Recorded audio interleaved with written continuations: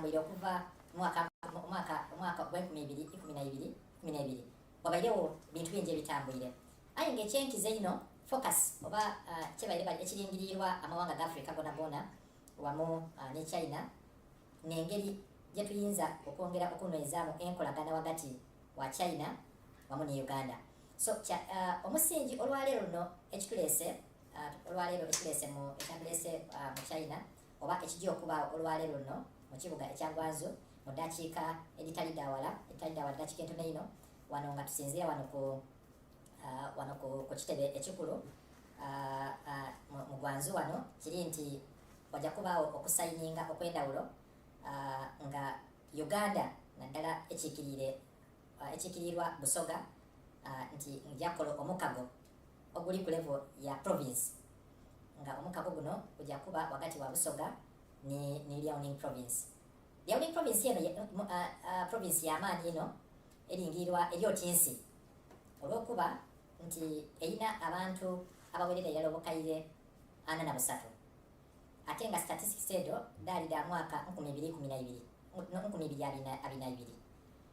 ate yaba ne GDP kitegeeza ebyobugayiga byonna ng'obigayisa eby'ekitundu erina GDP ewerera ddala billions oba obuwumbi 403 eda dola.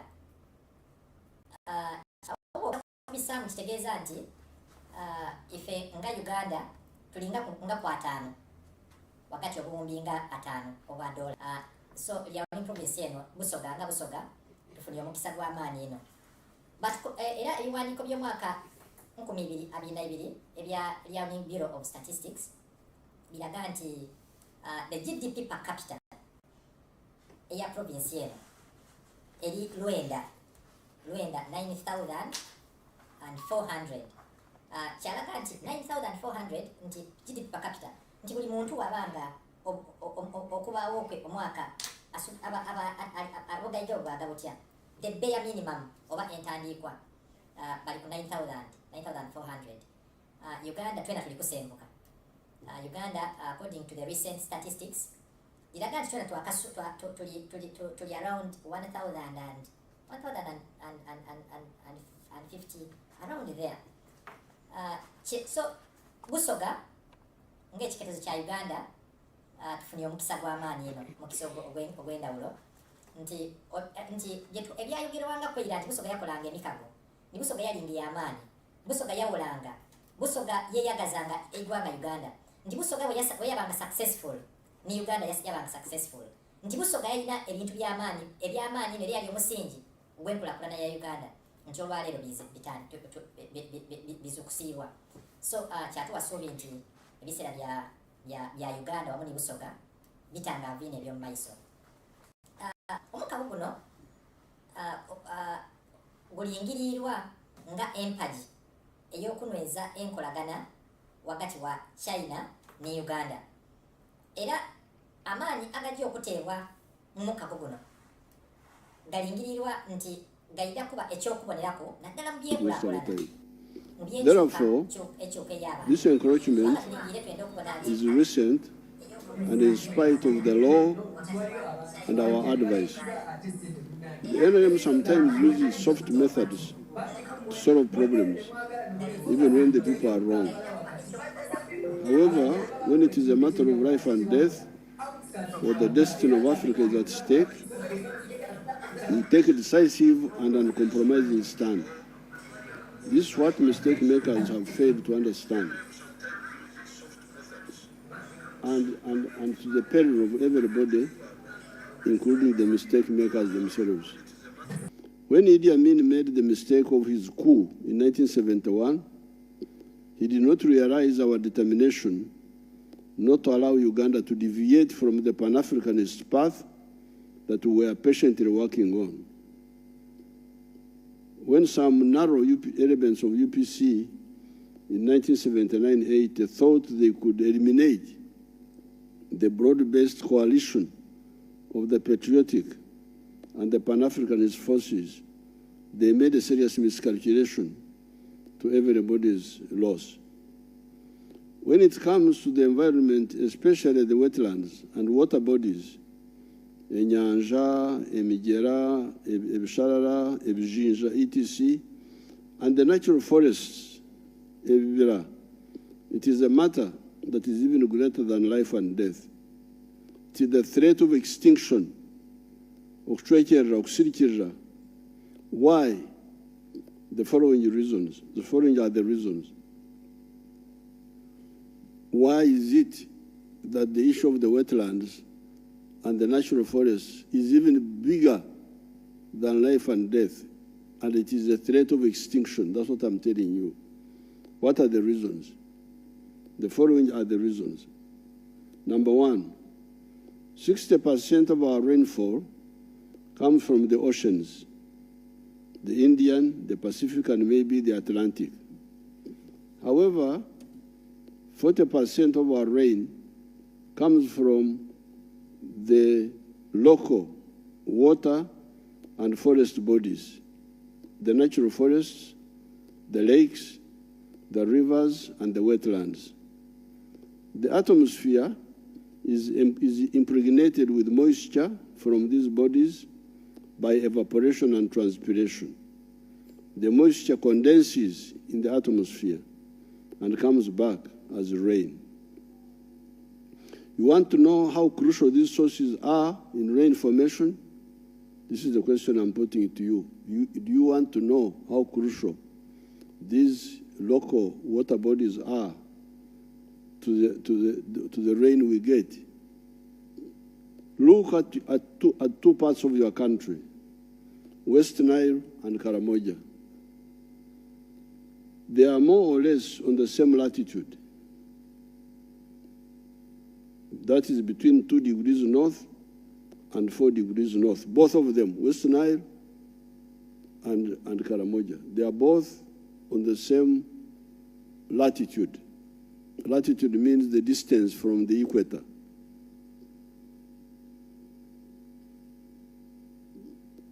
However, West Nile gets 1,000.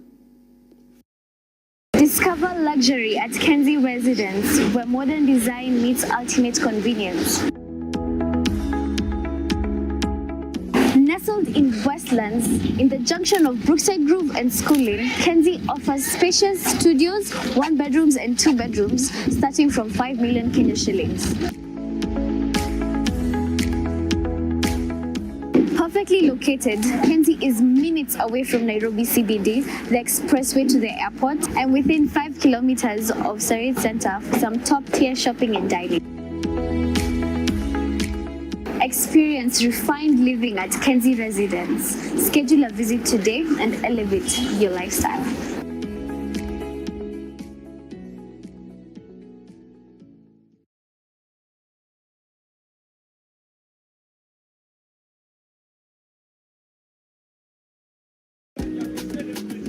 You used to tell me that I don't make you happy.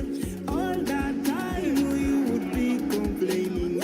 I'll call you every day. Yeah, yo, baby, don't know. You can now get all the Chibuzi out with MTN voice bundles. Call all networks. Kubei Dondoro. Buy a 25-minute voice bundle for only 1,000. Or buy any daily voice bundle of your choice. Dial *100 *21# and select daily, or use the My MTN app. When we talk together, we are unstoppable.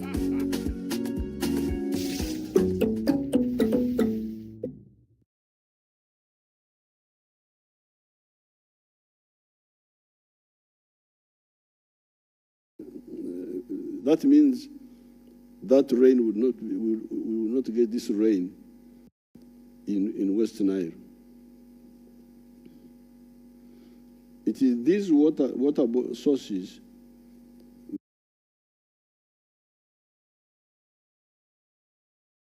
that enable Kalangara, the swamps of South Sudan and the forests of Congo help West Nile to get more rain than Karamoja. Then we come to the water bodies of the other parts of Uganda.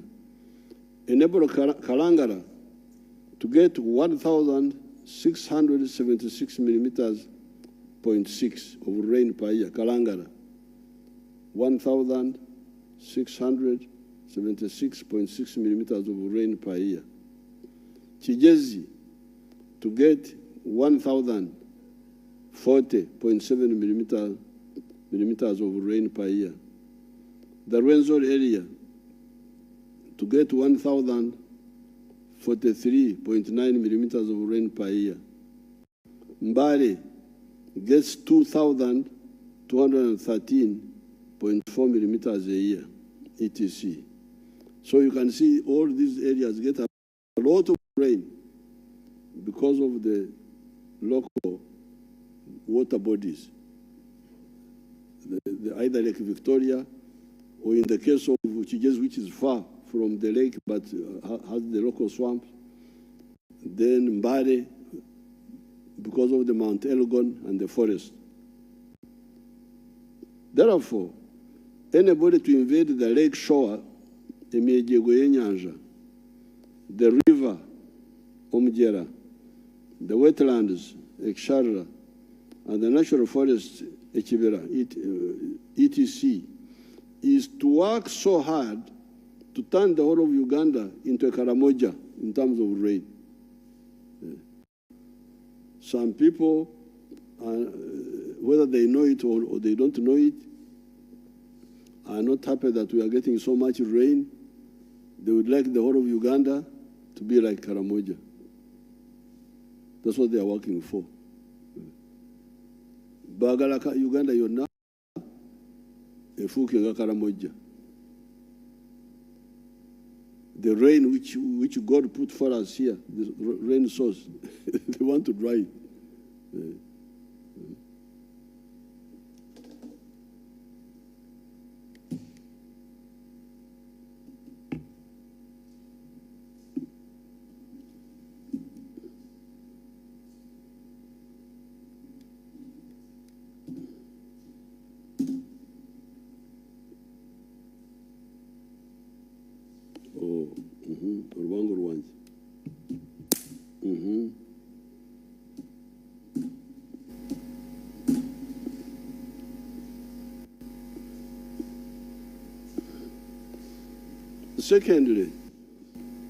Secondly, so therefore the wetlands of 40% are source of 40% of our rain. Remove them, and if you remove them, Uganda will be like Karamoja. The whole of Uganda will be like Karamoja, at least. I don't know which, whether at least or at worst. I don't know which, whether at least or at worst. Or may even be worse. The experts will have to go and get the right words. Or may even be worse. Karamoja gets to the 800. Because I don't even know how Karamoja gets to the 800. I've studied that very well. Secondly, studied that very well. With rain-fed agriculture, secondly, sometimes get some erraticness of rain. Sometimes we get fed agriculture. Rain. We sometimes get some erraticness of rain. We must use sometimes we get less quantity of rain. Therefore, to stabilize our agriculture, we must use our abundant water supply for irrigation. So that we stabilize the two rainy seasons, Katumba and Itumba. That's what we call them in Rinyankore. December we call it Itumba. The one of March to May, we call it Katumba. And even add more harvest. The one of August to December, we call it Itumba. The question then is, where will the water come from if you have dried the wetlands? Here we are talking of irrigation. Irrigation. We have now deployed solar pumps, solar water pumps. We've got a contract with an Indian boy to make solar-powered water pumps to pump water for irrigation. And we have also got a number of collective schemes. There's Mobuku already doing well, Doho doing well, some others, there's one called, the one near, in Lango area there, doing well. but we are working on more, and also even individually. Like me, if I get a solar powered water pump, which I already have. I already have a number of them at my farm.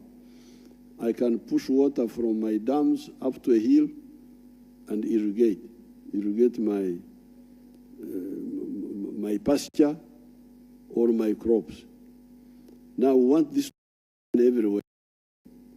But now the water is from the wetlands. So if you dry the wetlands, where do you get the water from for irrigation? What sort of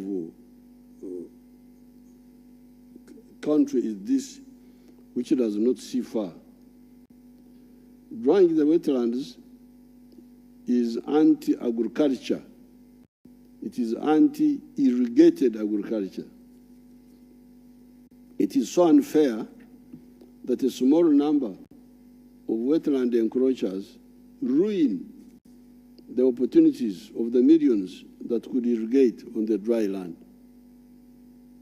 Number three, the swamps are the natural filters of the water that goes into the lakes. Otherwise, you get silt going into the lakes, destroying the fish, and even eventually drying the lake through silting.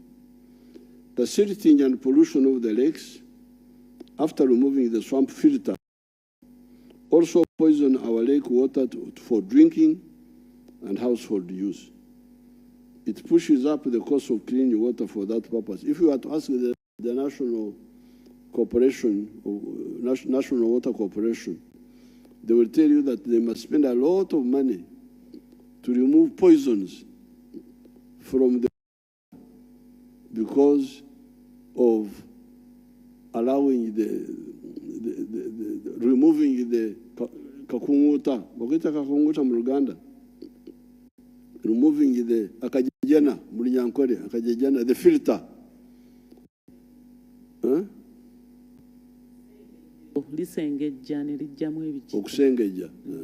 Because those swamp grasses is God's kasengeja. God planted them for us. The swamps, the grass, the papyrus, they just filter the water going into. That's why at Chamata I would just go to the swamp and drink with my hands. I had no problem. It was not treated, but it was filtered by God. But now we are very busy destroying. I don't know whether we are enemies of God or what. We are enemies of ourselves because God is not bad. He is in heaven there. If we destroy here, it is us, not God. God doesn't depend on water, doesn't drink. I don't think he's thirsty. It is us who need all this support. Number 4, part of the cause of flooding is swamp destruction. There was flooding here in Kampala the other day. People were crying, they lost so much. But that flooding is partly caused by this destruction of the swamp. The swamp vegetation acts as a sieve for the water, but also as a brake for the speed of the water. With the swamp grass, swamp vegetation, such as papyrus, there is a grass very common called Cypera latifolia, the scientific name. We call it ebigugu, Nyankore. The fungus, the papyrus. The water is not only sieved, but it is also slowed down. It can't cause damage. And even add more harvests. The swamp vegetation, you get water flowing quickly and massively. The question then is, drying up quickly, where will the water come from? Water destroys and then it dries up. Watch the Boise channel. There's this channel from if you have dried the wetlands. It is sometimes here we are talking and then dry. You can see it there, Boise. I normally pass there. Sometimes the water is full, sometimes it's dry. Because it goes quickly. of irrigation. Irrigation. Water to go quickly. Water We have now deployed slowly. And the brakes, solar pumps, solar water pumps. vegetation. We've got a contract with the Slowly. It doesn't.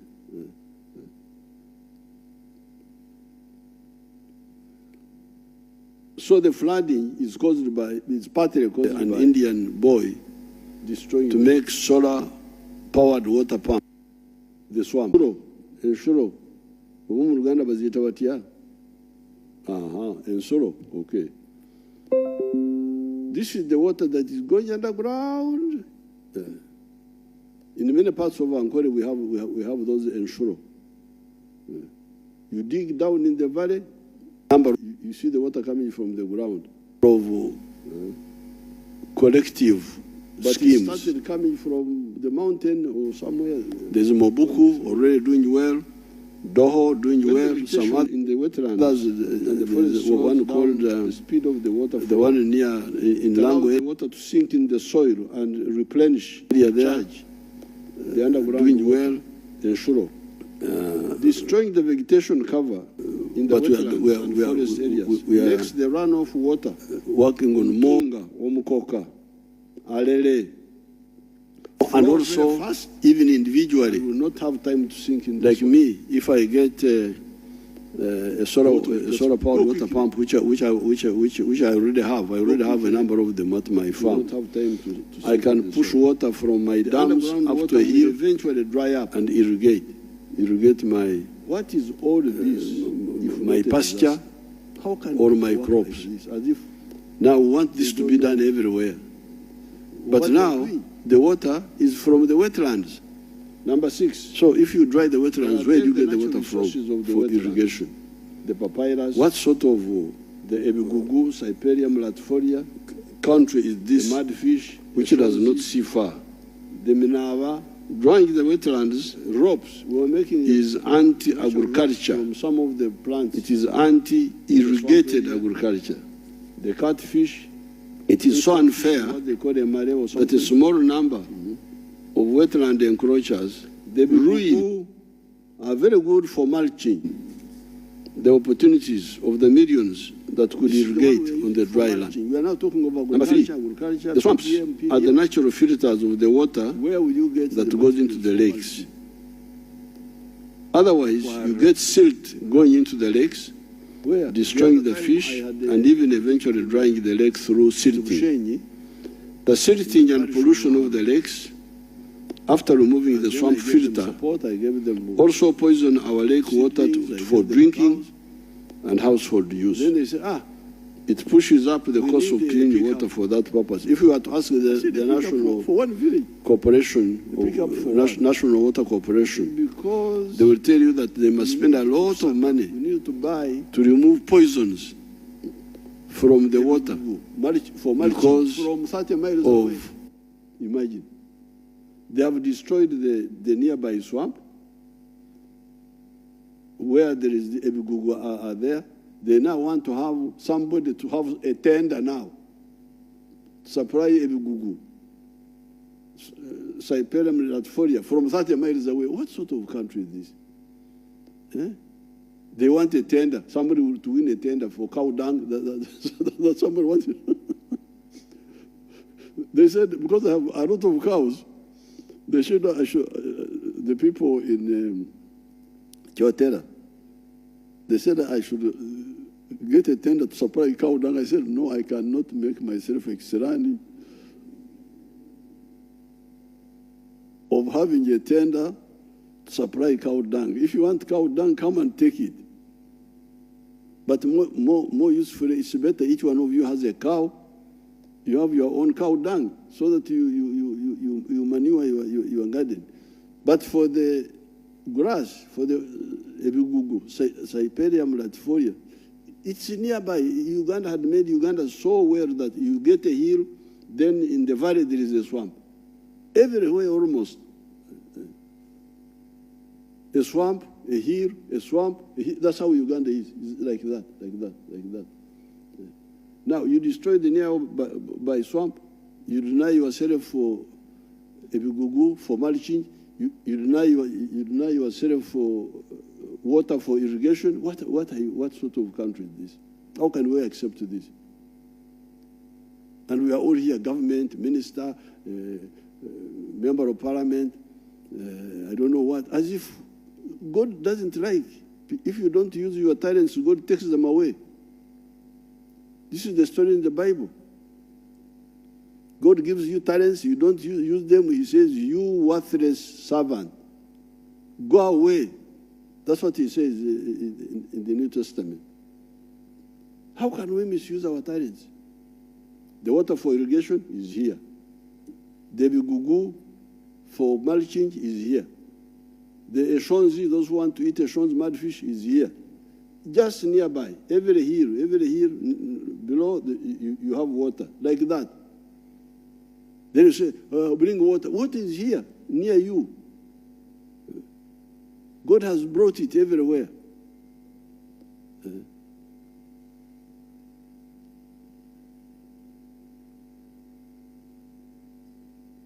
The bigugu are very good for mulching, papyrus for paper making, fish for nutrition, etc.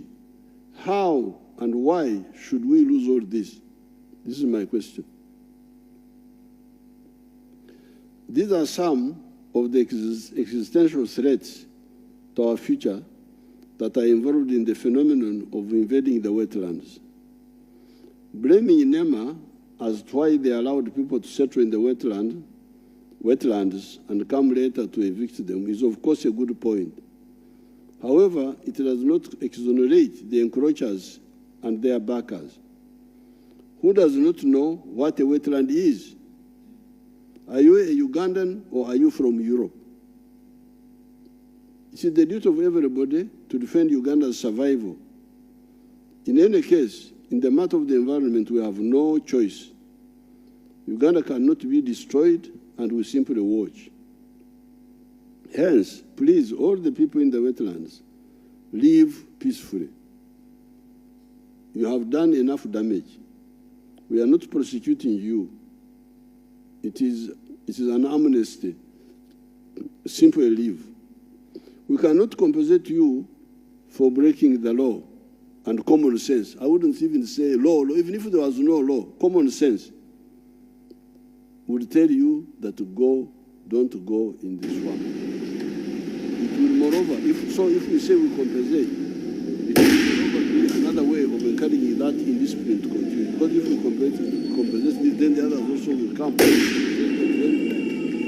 So that's why we cannot compensate. There's no compensate. We have already compensated you by not prosecuting you, so you just go. That's a compensation.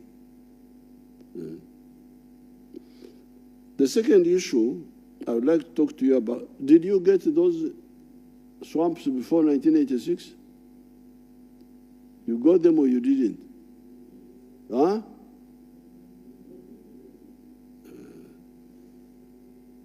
Get them. I'm sure the swamp, the pictures of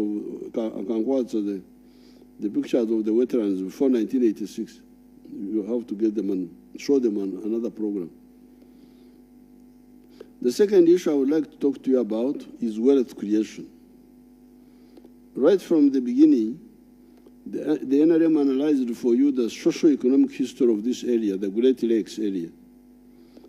On account of no written records, we sometimes rely on the early foreign travelers that came here to see how the area was. If you take H.M. Stanley in 1887, while traveling through the Ituri area of Congo, partly populated by the Rinyoro-speaking people, he was amazed by the abundance and the productivity of the area and the people. On page 298 of his book entitled In the Darkest Africa, Volume 2, by Henry H.M. Stanley, he wrote as follows. I'm quoting. This is what Stanley wrote in 1887 when he was passing through a part of Bunyoro, which was put in Congo by the colonial borders. In quotes, a march of an hour and a half in the afternoon apparently not far from the river, brought us to the populous district of Babusese. The banana plantations were very extensive, reminding me of Uganda, and their shades covered a multitude of huts. This was on the 5th of December, 1887. Fields of millet and sesame, plots of sweet potatoes occupied the outskirts of these plantations. And there was ample evidence around about that the land was thickly peopled and industrially cultivated. He was writing in the Old English of that time, 1887, that the area was thickly populated and industrially cultivated. This is 1887. Stanley passing through what is now Ituri, but populated by our people there, the Banyoro of that side. Later on, while traveling through the Rizi area of Ankole, on pages 371 to 372 of the same book, he wrote as follows: crossing a narrow neck of land, descended into the basin of the Rizi. By degrees, the misty atmosphere of this region was clearing, and we could now see about 5 miles distance and the contour of the pastoral plateau of Ankori. Ankori, he wrote it as Ankori. It was not by any means at its best. It was well into the drought season. This is writing in the Old English. Drought season.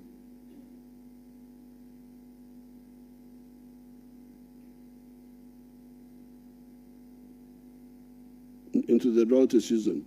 The dry season had commenced 2 months previously. Hilly range, steep corn, hammock, and plain were clothed with grass ripe for fire, that the grass was dry. The herds were numerous, the herds of cattle. The herds were numerous and all as fat as prize cattle. The man is writing, now this is now 1889, as fat as prize cattle. In the valley, we had passed over 4,000 cattle of the long-horned species. The basin of the Rizi, which we are now in, and which was heart of the Ankori, possessed scores of the finest herds of cattle I had never seen before. This is Stanley writing in 1889. Earlier, in 1862 and 1874, both Speke and Stanley, respectively, had traveled through and wrote about the Buganda area, bringing out the same point. Our ancestors were very productive in crops, livestock, fishing, blacksmithing, back cloth making, poultry, etc. However, the whole society was still in the pre-capitalist stage of development without a money economy, relying on the less efficient system of okchurka. Okchurka in Runyankore means barter trade. Barter trade. There were some primordial efforts at using money in the form of kauri shares, and simbi. Even now, in some of our dialects, money, esente, is still called ensimbi, which means kauri shares. Or sometimes the mpiha, rupiah, still capturing those other efforts and at entering the money economy. When the British defeated our divided kings and took over Uganda, they introduced the money economy now based on the shilling. By 1962, when the British left, they had created a small island of money economy surrounded by a sea of underdevelopment, the economy of Okorre Kidakionka, working only for the stomach. In the universities, in the 1960s, the description for those colonial and neo-colonial economies was enclave economies, small islands of money economy surrounded by a sea of pre-money traditional economic activities. In the case of Uganda, our small enclave economy was being described as an economy of the 3 C's and the 3 T's. The 3 C's were cotton, coffee, cotton, and copper, while the 3 T's were tea, tobacco, and tourism. The percentage of the homesteads inside this small island by 1969 was only 4% of the homesteads. When Idi Amin came in 1971, much of this small island was destroyed. Only coffee and tobacco kept limping on. Therefore, from our analysis, and given our orientation formed throughout the formative years of the student movement in the 1960s, our strategic long-term goal was to achieve a total socio-economic transformation by building a modern society of the middle class and a skilled working class as had happened in Europe since 300 years ago. So when we came into the government, we knew that Africa, Uganda were 300 years behind Europe. Because in Europe, they had built a middle class by the time of the French Revolution. You find there was a middle class there, 1789. But here, we're still in the pre-capitalist, pre-money traditional system, the one which was found by Stanley when he came here. Very productive, but productive in the non-money way of working only for the stomach. The bananas are there, the cows are there, but there's no money economy. It is based on okchurka, butter trade. And not that system, not efficient.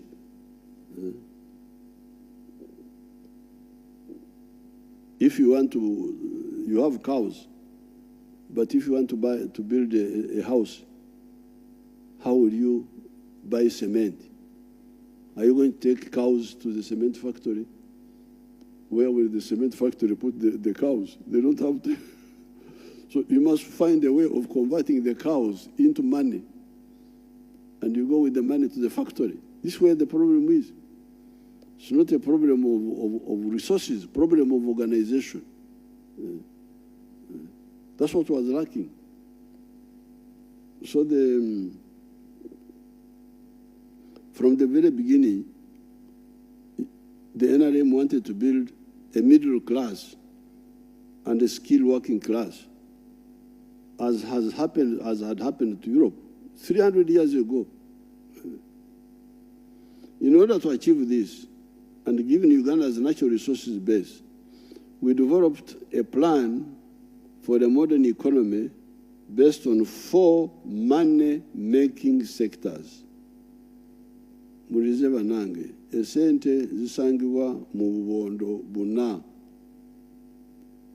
The money is to be found in 4 money-making sectors. These are commercial agriculture with ekibaro, chura, otita, aymar. Commercial agriculture with ekibaro.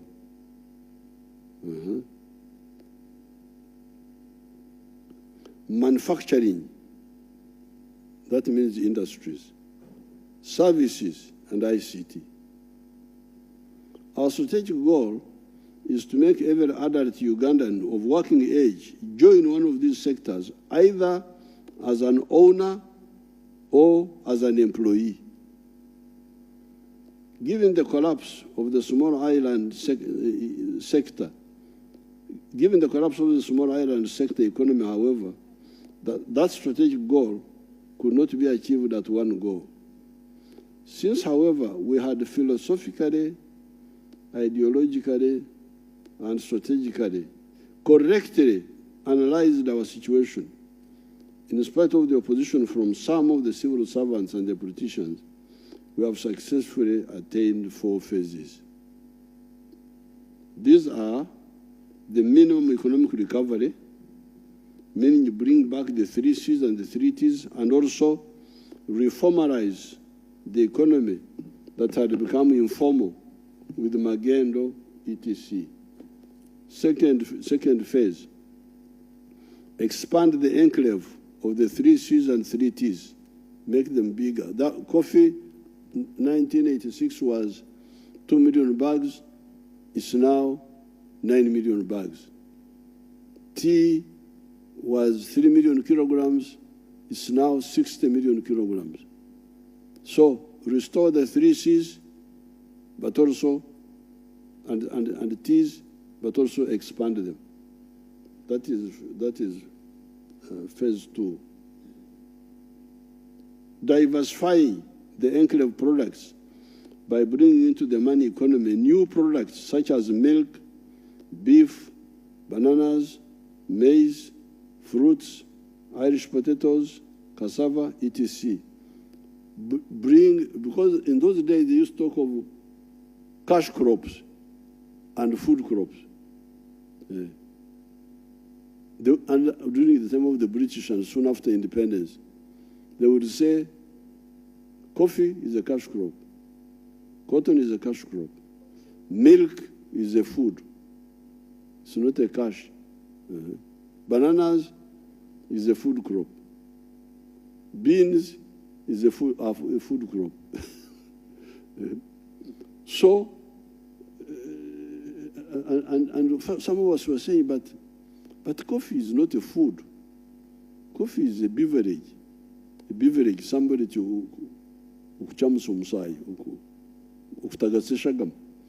warm the blood. But not food, because you can't live by just eating. I can eat bananas and beans. Without coffee, I will live. I will not have the stimulus in the mouth, but at least I will live. But I cannot live by coffee alone, I will die. So why would you promote a beverage and neglect a food? What sort of logic was this?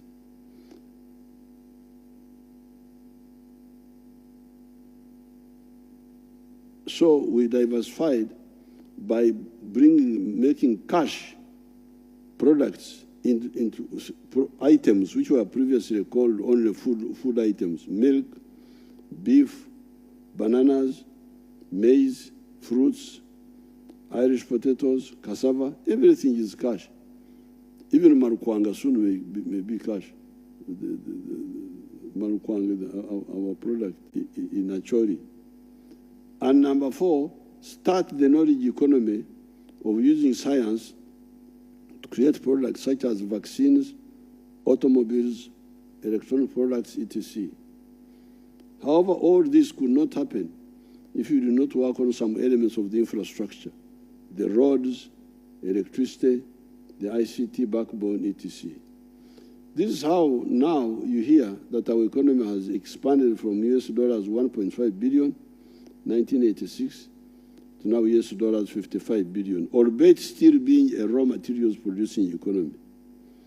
This is why you hear me insisting that this economy will jump to US dollars 500 billion by simply adding value to most of our raw materials: agricultural, mineral, forest products, our freshwater products, etc. In this journey, we have had some Ugandans listening to our message of socio-economic transformation through wealth creation in the 4 sectors of commercial agriculture with Echibaro, manufacturing and artisanship, services, hotels, transport, entertainment, etc., and ICT. In this address, I will show you Ugandans who partially listened to our guidance and achieved considerable prosperity. In agriculture, I will show you the following.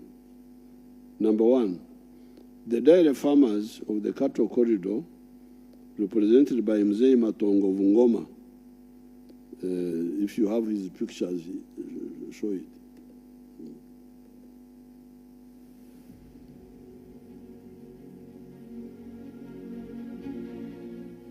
Amazina ninge George Matongo Wangoma Mungongo guntu hano gwataka shozi nandi kutaha umurimo gwanjye ndi muri isa nteze mujya kureba nuko itandikira tatakanda gento bakuya talobo hagwache dan meirisa zakanya nagura amataka nyuse nazo zankorera ibintu kwenda zashubitiza abana bihereze naturuhu kabanza mu nyankore naje nahindura nk'umwata ngo nzungu nuko zahanyuranye nazitunga batizungu zo ndisumute. On our farm, we collect over 900 liters of milk per day, and a liter costs 800 shillings, which is approximately 21 million per month. Unkeviona bikare tubusingi nukufarantyo nkakaha wundi n'ubusinge bwawe n'ubwawe aho nabanditse nkabanza umuzi imyatsi nkatemwe rungiye byanze nazo muri agagandi aguma kureba harbaru abona agargamo ate ndiyo muri yeji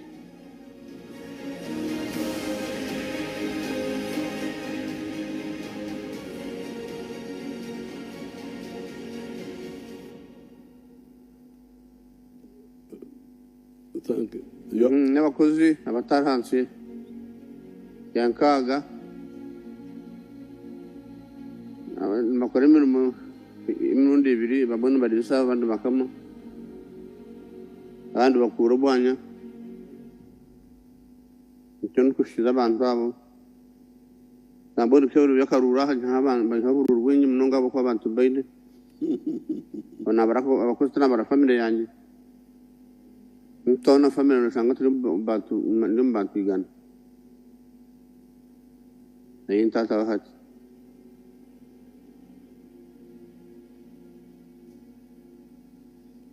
ndeba turagira ukurisa ukinga bunyatsi twabikunda ntakubikora kuko twine bikoresho baronta tractor zahama gombora tuguma tuziha nsinga tebone twaka mutindo ubugwe tengeza yabare wazi mpawaga nkamutano tractor munana akutera umugaro sabatwe n'abatinyenyenka bino buzo butagira banka aho muri Ngoma ufuma bukaba bw'amani muto kutondente yawe ugendo shabarhangu n'umukato gusiteyo narwawe n'ibyo ukora ureba ngo dukwenda kuza kuzasinte kampara kwita kuno bane cyo uzakushashana kuza gukora urentenda mweno kirisa muzai wanotereza na banka nebyo mabemate tibine konga bara abandi batungira abatage tigaide kan tide mangi ando tojara cho masha ko sanu namati hakora tayde tu namataka namati tigaide ateke keke to gekeitu oke shur bunonga yebare bunonga kutajekaje ukatose jibwije munonga bukigara buti kaga kupeumisi. Okay, now that man was saying that he inherited 50 cows in 1980 from his father, and he multiplied them, Then he has got a lot of cows now, as you saw, hundreds of them, both indigenous and the exotic. And that the girl, the daughter, was saying that they earn 21 million shillings a month from the milk, because they are selling 900 liters a day. That is now almost 250 million shillings a year. And then he's saying that they now need a bank, because they get problem to get money take money to Kampala. They need a bank in their area there. And they need tractors to plow grass and so on. And very happy about peace and so on. That is now, and you saw the house. The houses he was staying in were grass site. Now you see the houses the house is staying in.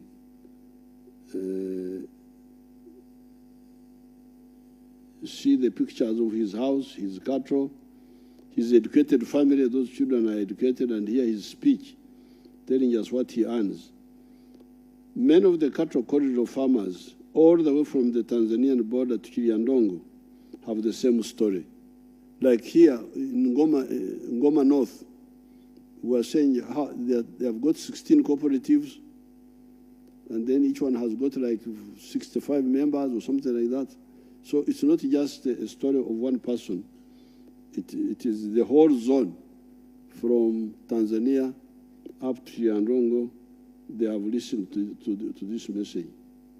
Yet they are still using the free-range method, etc. When they go to zero grazing and to irrigation and stop the wealth fragmentation on inheritance, because they still have those problems, they will be much, much more rich. Number two, I then take you to Bundubujo, where even before the NRM time, our people there had learned the value of cocoa, coffee, palm oil, vanilla, and upland rice. Although their area is remote and initially did not have a road linking them to Fort Portal and no electricity, they have been quite prosperous for some time. Even in 1997, when their area was invaded by ADF, I was pleasantly surprised when I met long columns of internally displaced persons, all carrying clean beddings of foam mattresses. Foam mattresses, these ones from the factories here. I was also told that the parish nearest Congo, at that time, 1997, had 12 pickup vehicles. You can see their houses, many of them have got solar. Show us the Bundubujo people.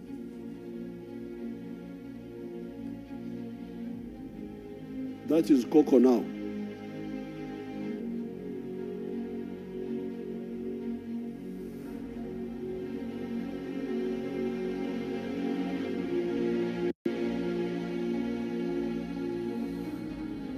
Those are some of their homes. You can see some of the houses are quite old.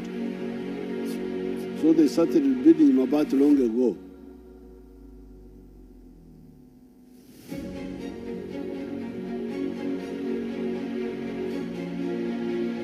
You can see the old houses, Mabati, the new ones, Mabati.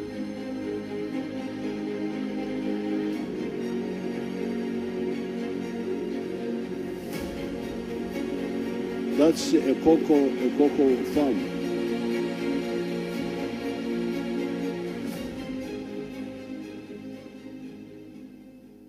Me, I'm Matt Edison. I'm a farmer from Bundubujo district in the Kabu sub-county. I'm farming cocoa, cardamom, fish farming, and bananas and vanilla. I've been growing cocoa over 30 years. I have 30 33 acres of cocoa. Every month, when it's a big season, I usually get 20 M. In a year, I usually get 30 million in vanilla. I have 1,500 plants of cardamom. In every month, I usually get 1 M. First of all, myself, I'm healthy. Secondly, I have my children that are educated. Fourth, I have my permanent houses in towns. I have even my vehicles, so that from cocoa and vanilla, vanilla gave people money, even cocoa gave people money. So for that, that's why I used to thank the government. That the government, when the government is not good, you cannot do those things, and you deal with those things. Now you heard him, although we didn't hear him very well, but he says there's earning money from cocoa, and he's earning money from vanilla, and he's earning money. I wish somebody could totally tap for us properly. And he has been doing it for cocoa for more than 30 years, and vanilla, and then something else, cardamom or something, which they are growing. Now, but they have been very prosperous for a long time. Now, the problem was they did not have a tarmac road. We did it for them. And you saw the wires of electricity going there now, which we have also taken there. Those were not there. We took them later. So you can see how well they are doing. And he told you how he has educated his children. You saw the house, his houses. You saw it there. You then come to the tea growing areas of Fort Portal, Bunyoro, Bushenyi, Kanungu, Kabare, Kisoro. Let's see the tea now.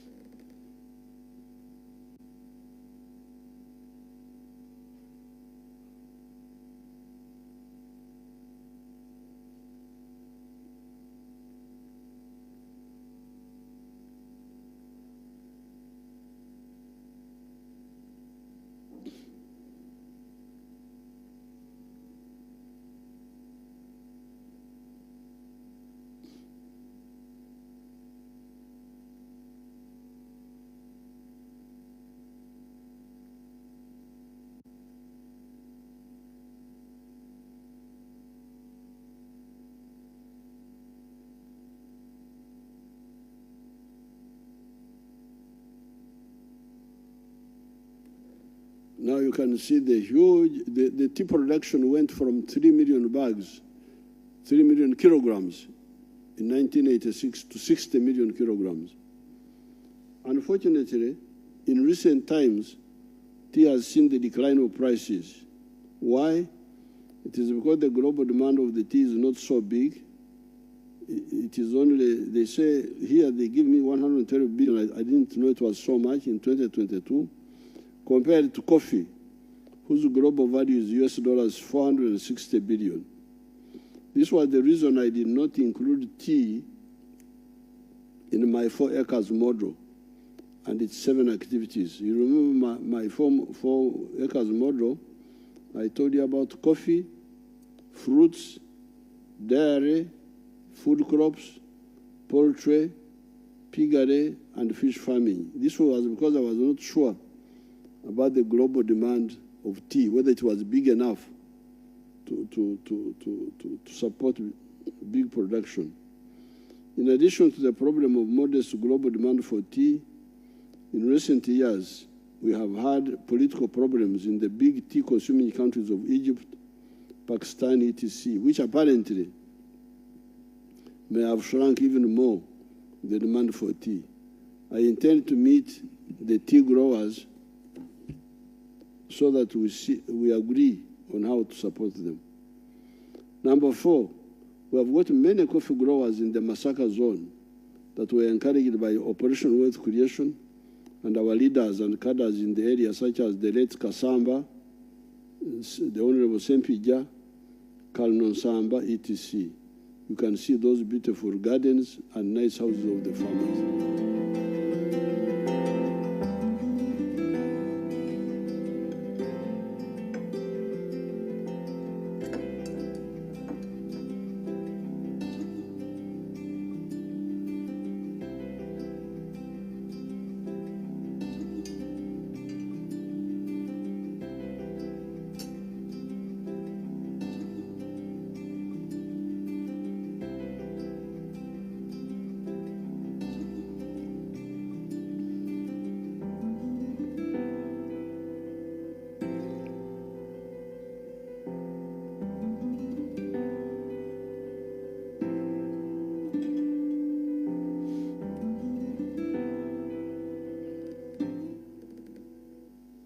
Now, those are the coffee farms in the Masaka area. Recently, I had a group from Zimbabwe only, and they told me that they had planted 56,000 acres in the Zimbabwe district alone. But you can see how our people should have got us one of the coffee farmers to tell us what he earns, but in the next other programs you can bring it up, because you need to educate our people by giving them facts about the ones who have, they didn't show us their houses and so on. They should show them next time.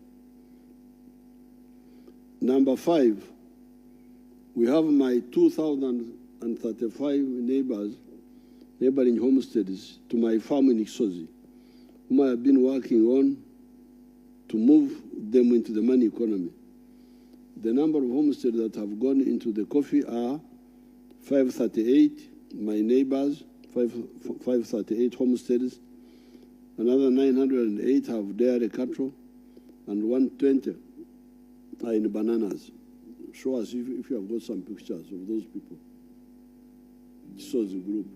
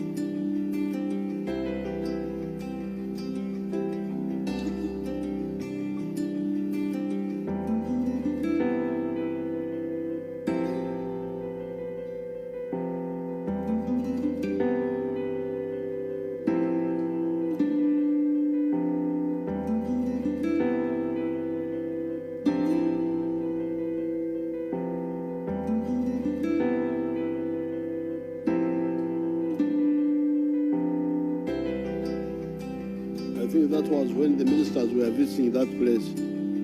I can see the vice president there.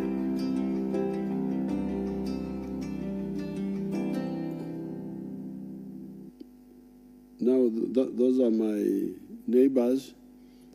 They should have interviewed some of them to give facts about what they are earning. Should have interviewed them, but they should bring it up. Now, out of the 2,035 homesteads, about 1,600 are already in the money economy. It is another something who are still out. We now, number 6, moved to Karangara district, and you see how the palm oil project has helped the farmers there. A total number of 2,105, just 105 farmers are involved in palm oil growing. They yield 12 tons per hectare per annum. Their net income is shillings 500,000 per acre per month. So an acre in Karangara gives you a net income of 6 million a year after removing the costs. Let's see Karangara.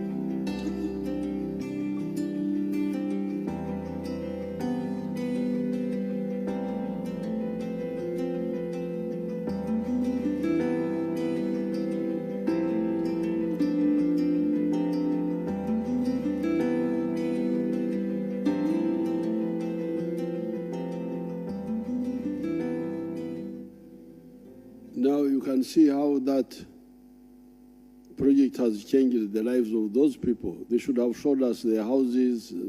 They should have shown them. Next time you show them and properly. Then now the number 7, example 7, we guided and assisted our people in Teso to shift from cotton to citrus, and also built a small factory to produce the Teso juice that we are now upgrading. You can see both the factory and some of the farmers.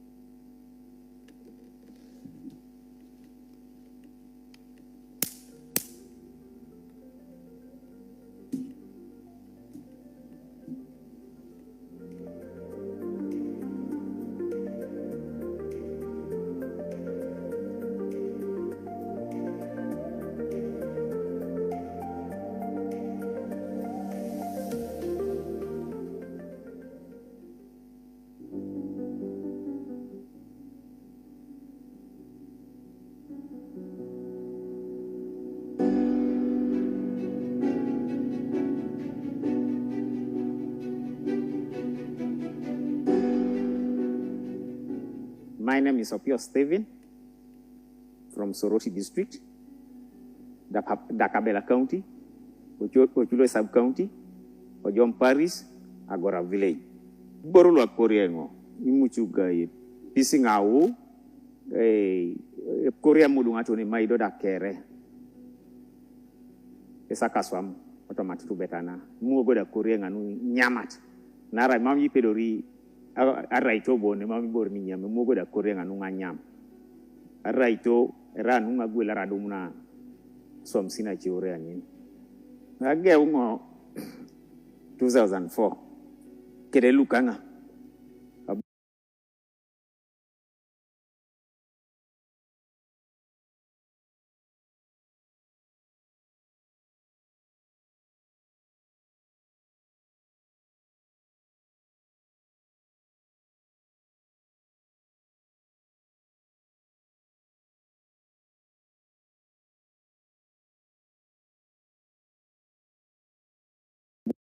Amoli, abungo asaku ipukoi, akaisa kanyango na luka nyape.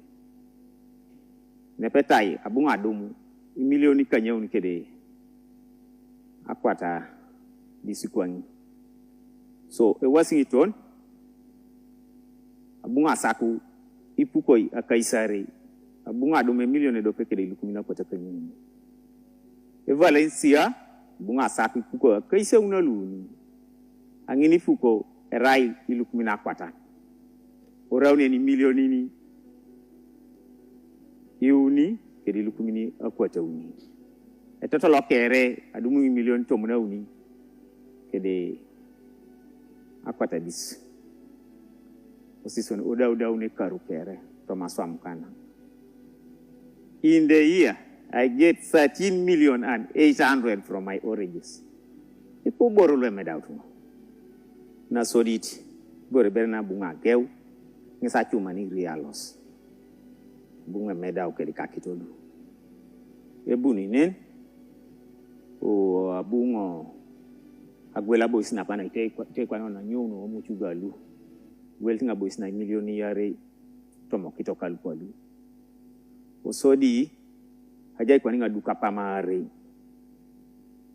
nitogo jadi ope umanobu keki wangon jadi ope chuloi keke dope koto ngai salama kina pungana president yo ere noi kede ofisilo akor le ya chakor anui boral wabo abu jai kinga kanini ka sonu na swama gogong aina ka kwa ninga dumu na gogong na pedor tormoda eda tore kakal noi yala mango chot dabuni ngo amuno kina yatana kaswa mungare.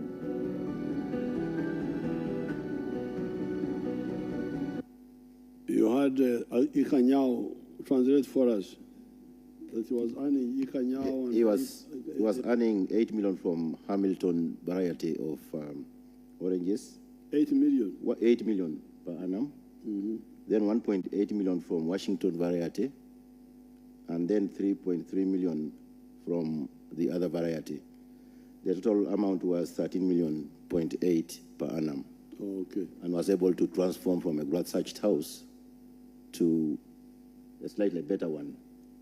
And he managed to buy some more acres of land for expansion of orange growing. Very good. Thank you. President a lot for his vision as well as the peace that prevailed in the situation. Now, then number 8, banana growing, which is an indigenous industry, but which we commercialized into the money economy, and through NADs and operational creation expanded greatly, has brought incomes to the families. You can see the bananas growing in some of the areas. The production is so big that prices are now low as 3,000 to 5,000 shillings per bunch. This has, of course, enabled our people to get affordable food. However, it is not fair for the farmers. But fortunately, unlike tea, there are steps we shall take to stabilize the price of bananas and even maize. This is value addition. The bananas and maize prices are going down because we are still using them for only emere, for only eating. With value addition, we shall get flour, starch, baby foods, etc. from the bananas, and animal feeds, starch, biofuels, and maize, and stabilized etc.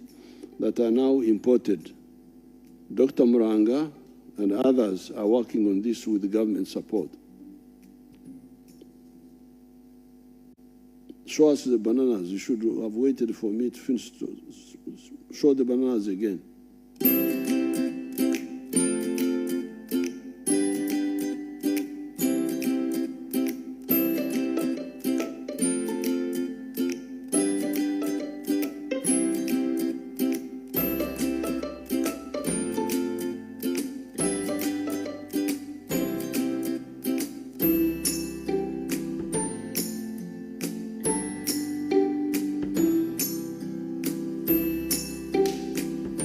Those are bunches of bananas.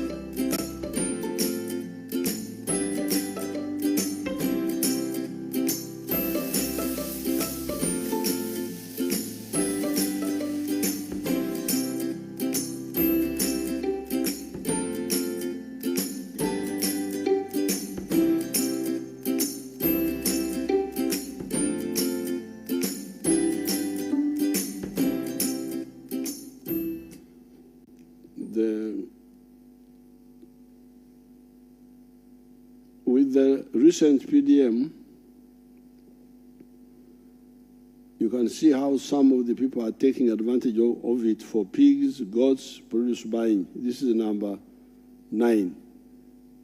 Show us people who have benefited from PDM. Nkafuna sente za PDM. Nkafuna ruto ya sokere omu January. Obunyamazire egrupu yaitu enyafuniremu bageta akweteiro portrait keeping.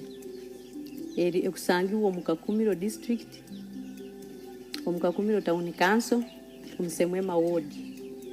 Omu grupu ya kweteiro portrait keeping nkoranka treasurer we grupu eyo. Bwire buno omu grupu eyo abakafuna mu PDM tuli 11 baitu bwire buno bona bainohe enkoko ezibakuolekya kandi bafuniremu amagoba. Na nyowe mfuniremu ebirungi kuonga tinkakora mugarosi. Ndeeta obukoko obuto buli bwe kiro kimu nimbukuza nibwikyo mwezi gumu. Obumara nintandika kutunda ninguza bamemba abakwenda abali aheru ya grupu yaitu abali omu grupu yaitu nibagenda nibakuza obumara nibatandika kutunda. Omu grupu eno tufuniremu ebirungi omu PDM era nkaitwe abakweteiro group tukusiima government ya Museveni ya NRM.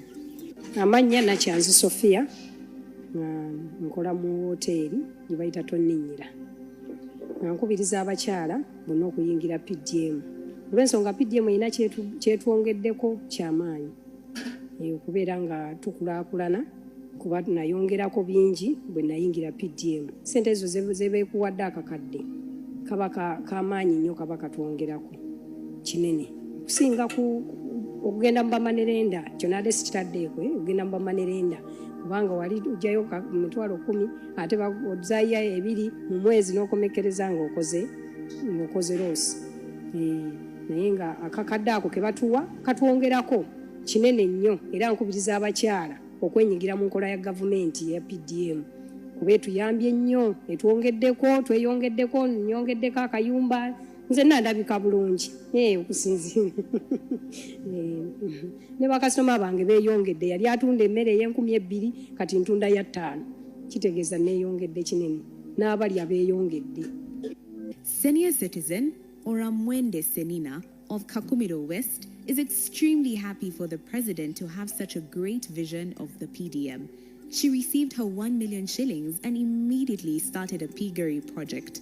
Senina tells us a very successful and inspiring story.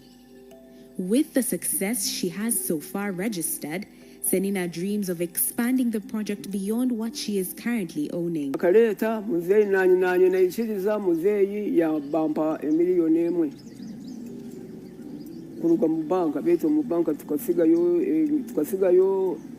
emitwalo 5 twatunga 9 Eni yonda shemero bwa muzeyi abwe kintu kyatukoleire akamba compensate sete zibampere nazugura empunu zanje murazireba bishatu byatwarwa mukama we nanka ni wenumi buli mpunu kugendesa barakwecana uramugaruze cyana kimwe cyempunu batware byana bishatu ati yansigize byana bina ebyana mwenda nkabitunda kuna amazire kubitunda napangisa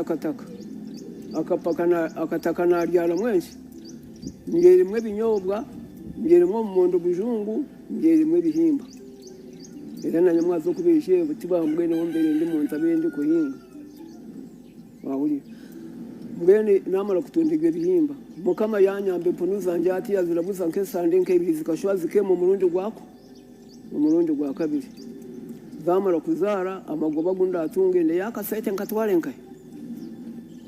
mu banka nze kuba mbikireyo nebyo kuriya byanje ariko biragera ki ariko birera ndatunda beto mu mesho wanga yanyambire zikakura nande nije nyongereye nankeje kujya mu nyina kasete nobere nayongereye nanka naho kute nankeje aho kuta ubwana yebuzira ko ubwana ati na yenda butera mutere kuriya munju era buryo kompo niyo mbusherekero munju ubwana ubwasigere hobona Now you can see how the PDM, which started recently, has helped these people. The first of all, the other girl, the first one was selling chicken, getting the ones which are 1 year old, 1 day old, or 1 week old, and fattening them and selling them. And she was, they didn't give their figures. Should encourage them to give figures, but you can see they are happy. Then the other one, even the ones in the town, when she's a vendor, she's a food seller, and they used to get money from money lenders, which was very expensive. This one of PDM is cheap. They are very happy that they are able now to buy food, cook, and sell. The food vendor, food seller in Boise here in the town. She was talking very. Then the other old woman was talking about the pigs.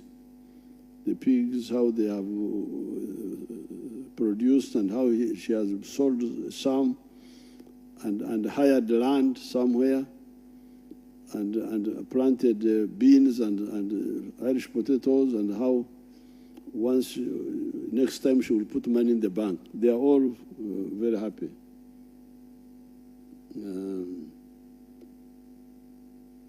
Now, when it comes to large scale, because these are all small scale mainly small scale, medium scale. But we have also got the large.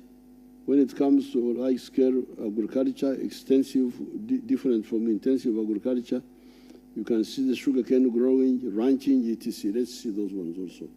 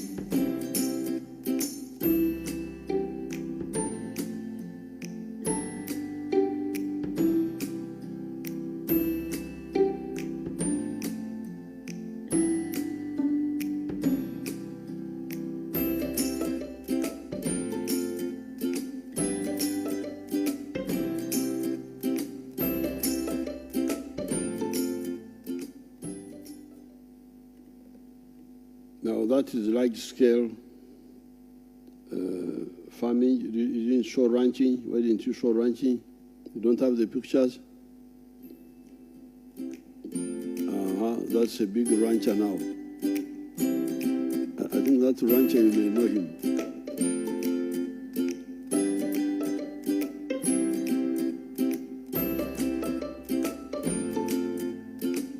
Those are two big ranchers. I have seen them somewhere in you.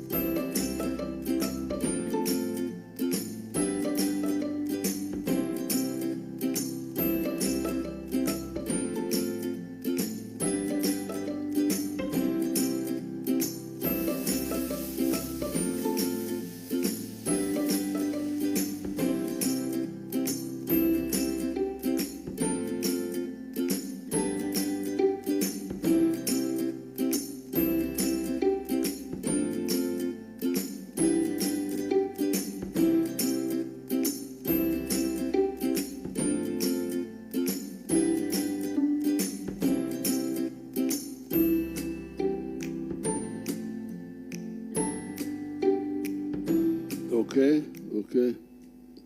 Here, of course, the whole thing is the chura, the chibaro, which we always tell you about. From sugar cane, when you do it in 1 acre, you are not going to get money out of it. But when you do it on a big scale, you get money. Now, those indigenous cows, like the ones, when we started, they were not getting good money. But even now, even individually, one cow gives you a lot of money now because now people know their value. But at the beginning, it was only for beef. And they were giving us little money per cow. But because of numbers, you would get good money. But now, it is both intensive and extensive. From one cow, I can get millions of shillings, and from many, I get millions, or even billions of shillings. So that is on the side of the extensive agriculture, especially for sugar cane, even maize. I don't count maize among the intensive crops. It is also, in order to make money out of maize, you need to do it on a big scale. The same with cotton. We need cotton, but it must be done on a big scale. Now, that is examples of agriculture who have listened to our advice. So when you sit here and you are busy, I normally read what these people are writing in this paper, monitor and so on, very, very, very thin. But people, the Banyankole say, "Tezimbiraka tama, tezibira zindi kulia," meaning that if one cow has got a swollen mouth, it may not graze. But the cows which are not sick will graze and eat. So those who listen to our advice, they are moving. They are moving. And they are moving. But those who sit here and just tell lies, they can deceive themselves. But we are moving. Those who listen are moving.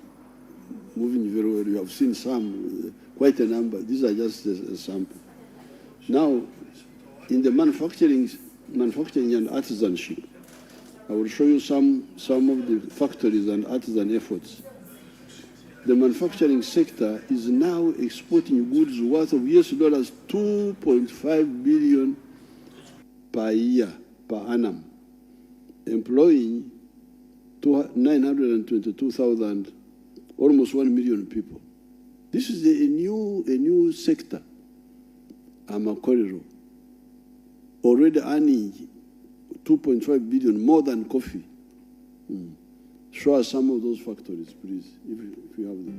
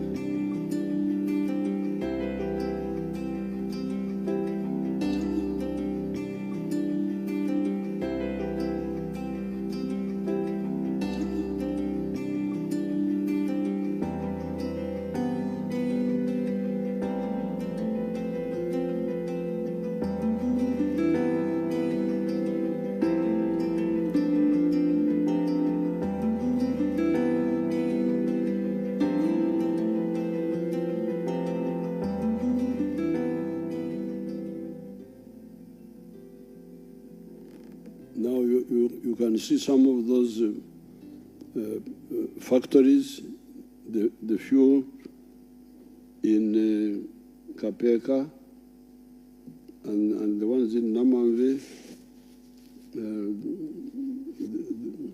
They haven't shown you the ones of Mbari, Ginja, this other place, Buyukwe. All those are, even areas like Rira have a lot of factories. As you hear now, industrial products, $2.5 billion.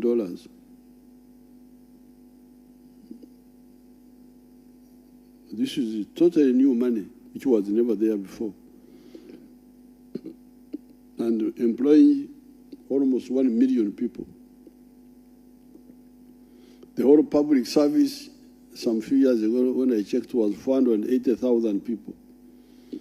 So the people who are working in the factories now are 2 times almost the size of the people working for the government, including the soldiers, the policemen, the civil servants, the local government.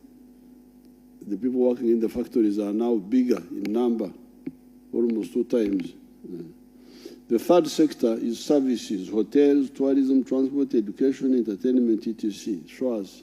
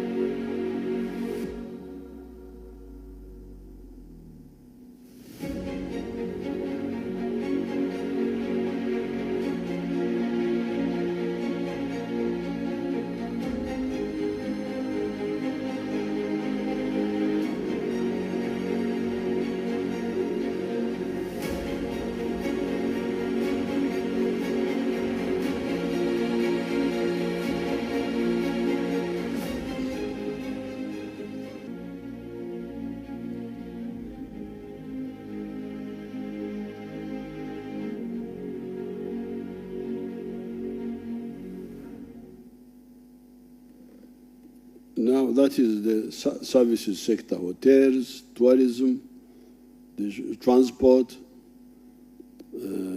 entertainment. They should have shown you entertainment. Those are all parts of the services. Now, finally, the fourth sector is ICT. It is employing 40,972 people. This is a totally new sector.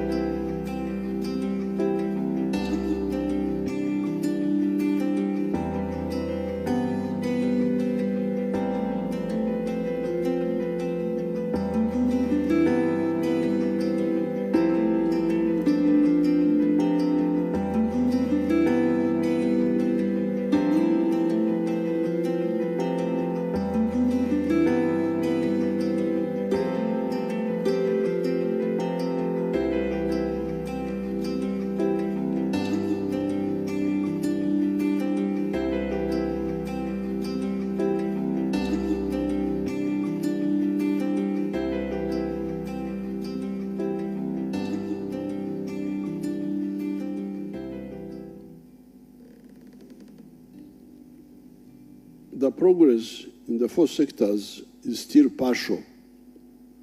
All of them have got huge room for improvement and expansion. Now you can see all those like the agriculture,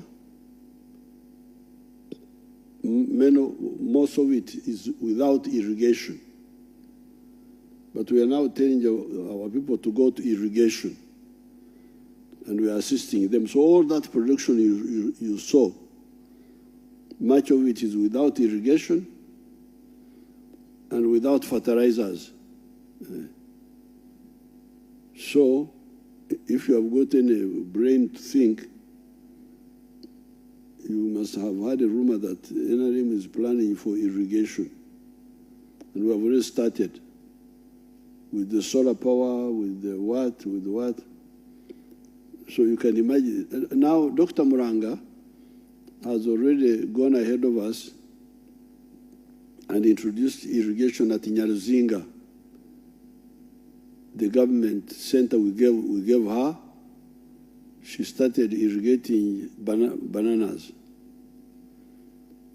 The farmers nearby are getting 5.3 tons per hectare in the villages.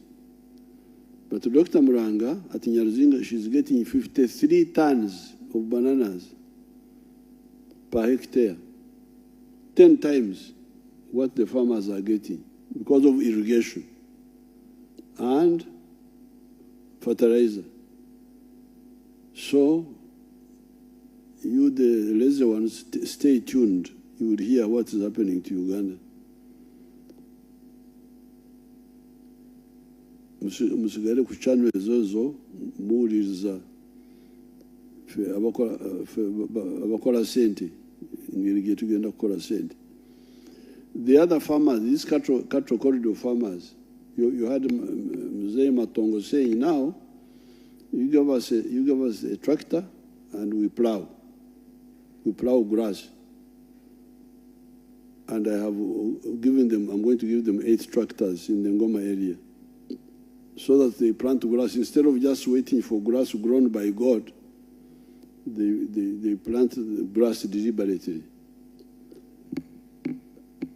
However, so the progress in the 4 sectors is still partial. That's why I'm saying that this is partial.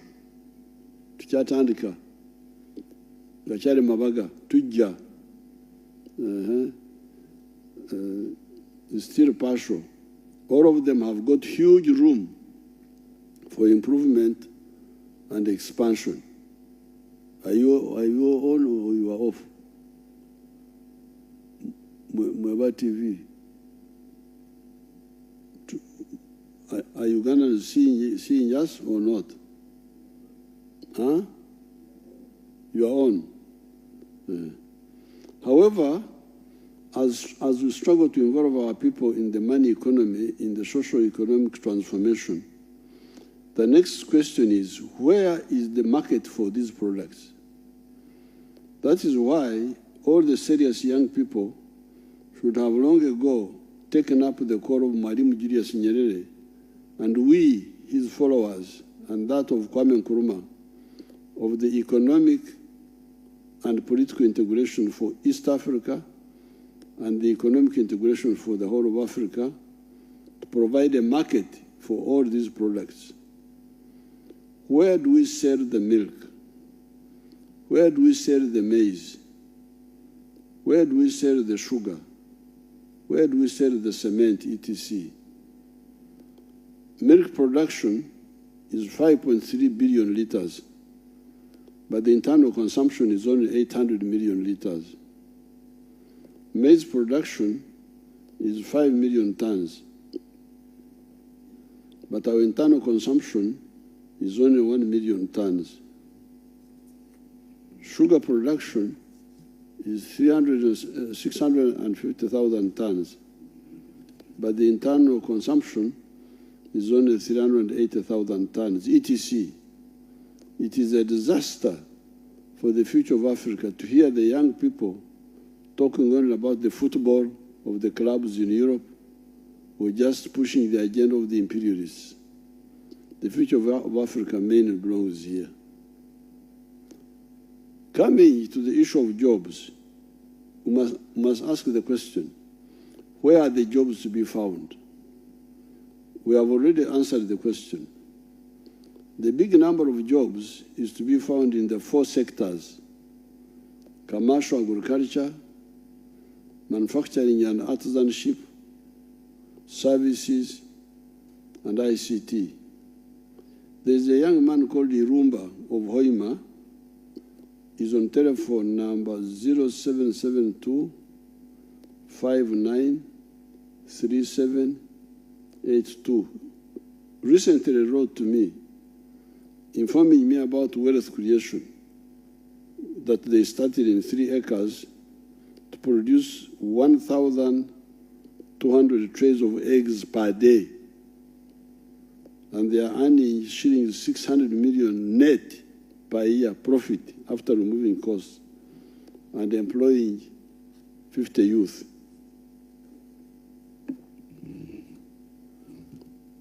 Now, if Irumba and his colleagues are now employing 50 youth in 3 acres, that means each one is each acre is able to employ 16 of them, 16 youth.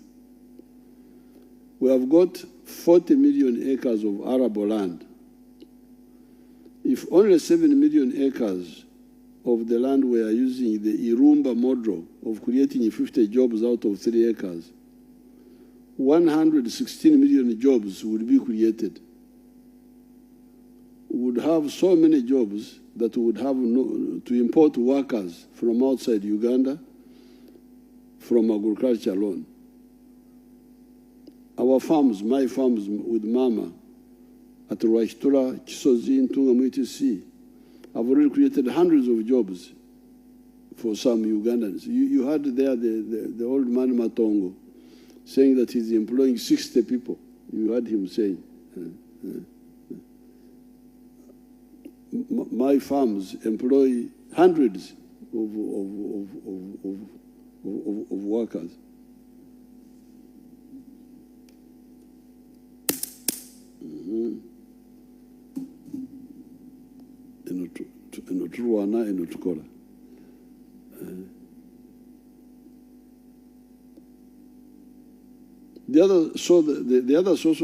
The 4 sectors: commercial agriculture, manufacturing, you saw the factories, how many people they employ, services, ICT. But now, the other source of jobs is infrastructure development, building roads. You need civil engineers.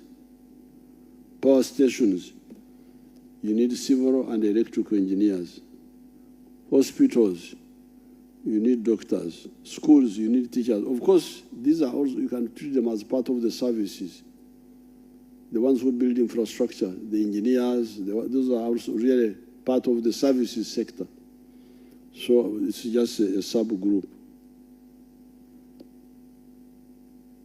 Now, the big confusion, like the other man, Mzee Matongo, the farmer, when we went there, he told us that he has got now 10 degrees in his house.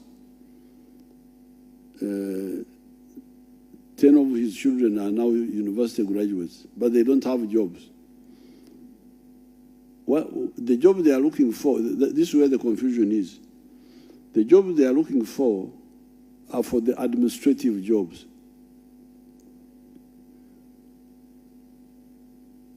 The administrative jobs are few.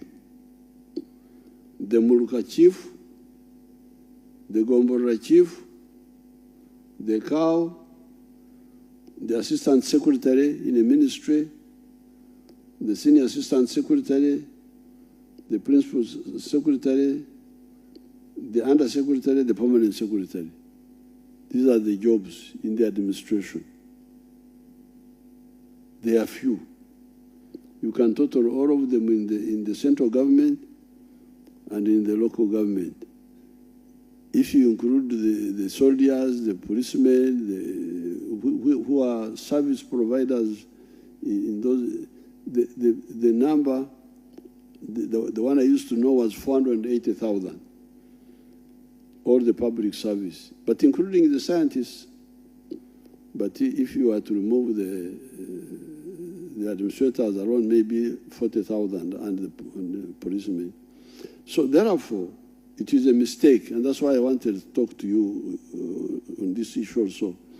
It is a mistake for our young people to expect jobs, many job opportunities in the services sector, in the administrative sector, in administration. If you qualify with a university degree, history, political science, go into farming, because there is no political science which stops you from farming, from starting a business, starting a maize mill, starting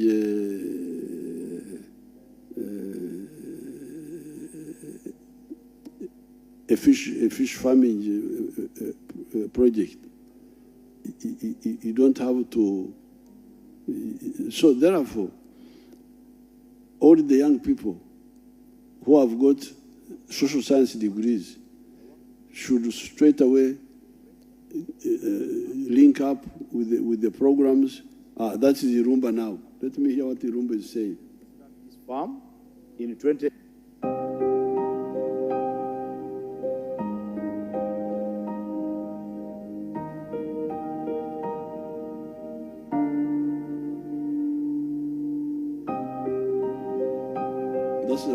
That's the one who wrote to me.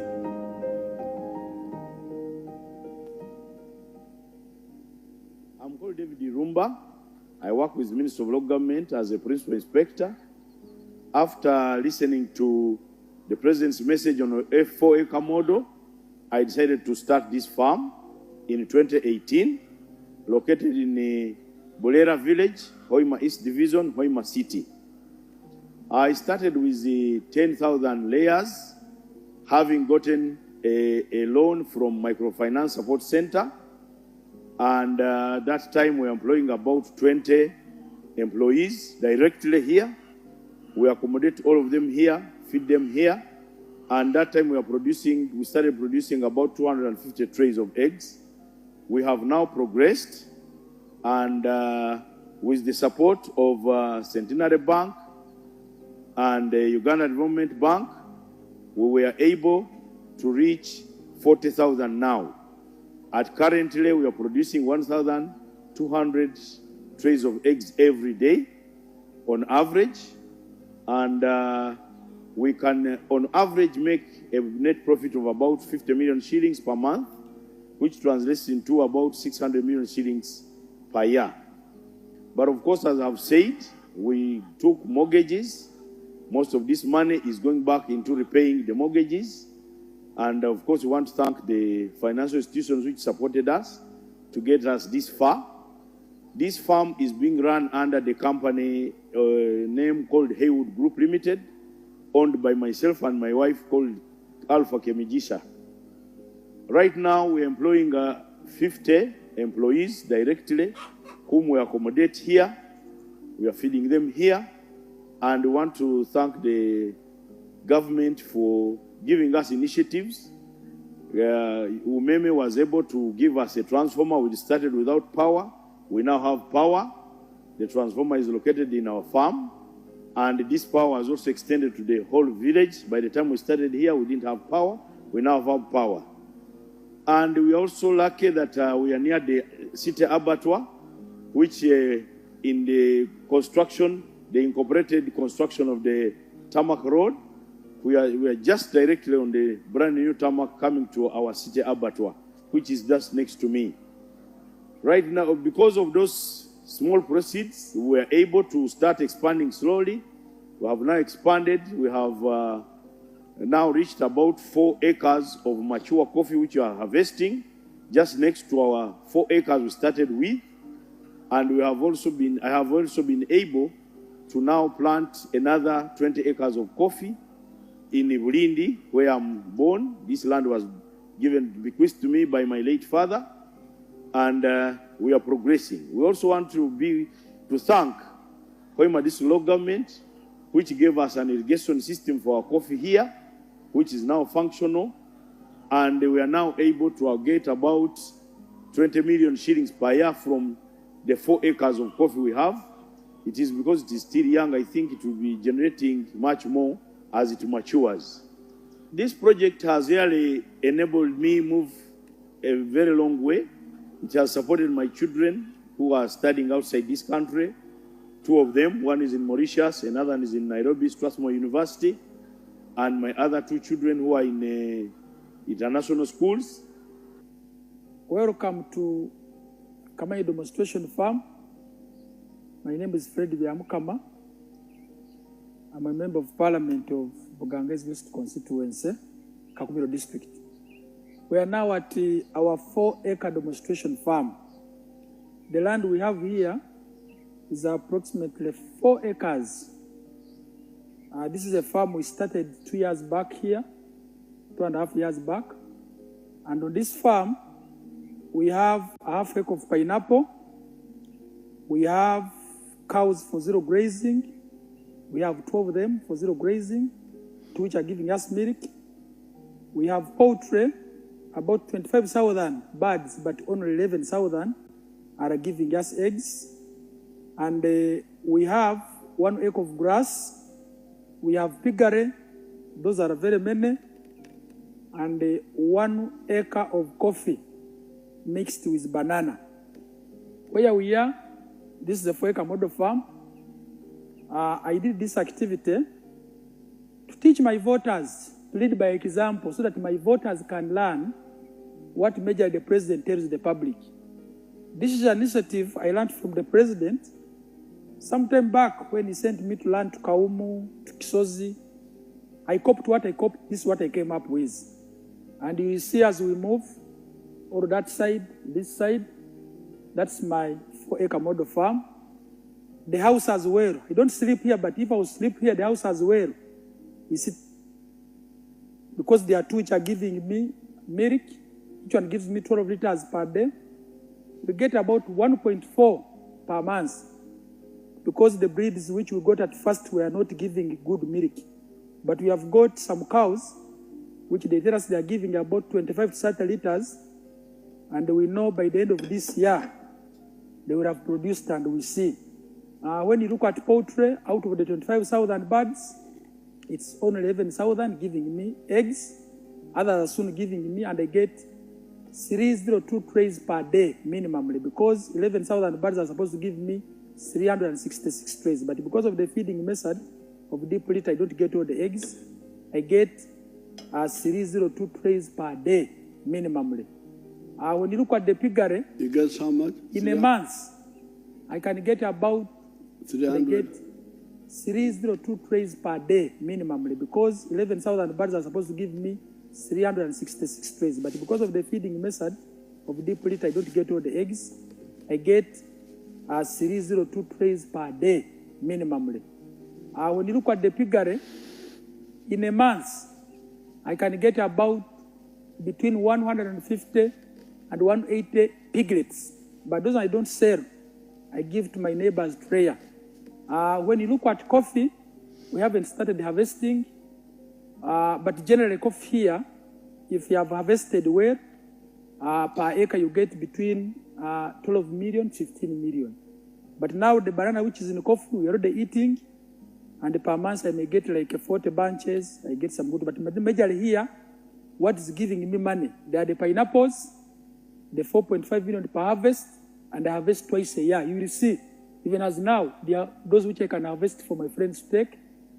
Then the poultry, it gives me 302 trays. That is per day. Then I sell in a month, you can get a net profit of 55 million. Because you get 108 million, but you can't get all that. You have to buy feeds, pay workers, pay electricity. Remain with 55 million net pay. The 1 acre for grass, it is feeding my 6 cows.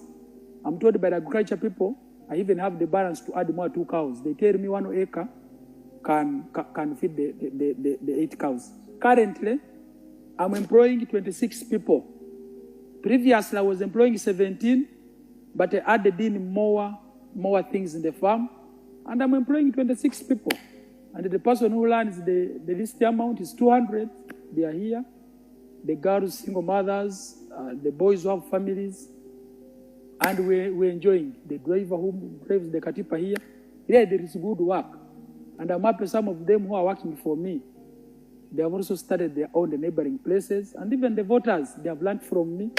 Really, they have nothing to beg from me because the richness they want from my pocket, I've given it them here free of charge. Very good. So that is now Vyamukama, who is our Minister of State for Transport. He learned, he listened to my advice when he came with his father before the swearing in. Then he went back and started that after the elections. And you hear he's now selling 302 trays per day of eggs, and he gets a net of 85 million a month. That's quite a bit of money in a year. So